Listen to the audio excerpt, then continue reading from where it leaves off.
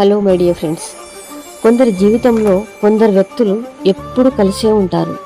వారితో వీరికేమీ పని ఉండదు, కానీ ఒకళ్ళని వదిలి ఒకరు ఉండరు. ఇద్దరి విషయంలో ఏమీ విషయం కూడా ఉండదు, పనికి రాని విషయాలు తప్ప.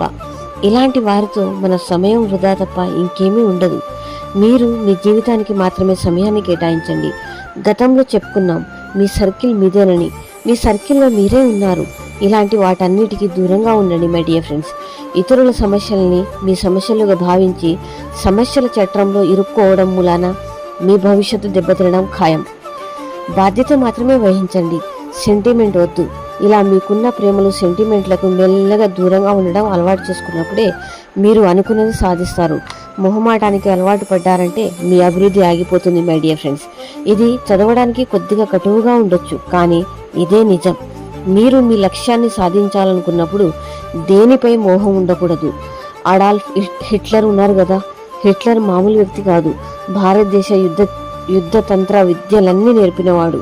స్వస్తిక్ను తన జెండాపై చిహ్నంగా పెట్టుకున్నవాడు. అంతటి వాడు చిన్న తరగతి నుండి దేశాధ్యక్షుడిగా ఎన్నుకోబడ్డాడు. ఓకే ఫ్రెండ్స్, మీ లక్ష్యం వైపు దూసుకోపోండి. Thank you universe, thank you Guruji.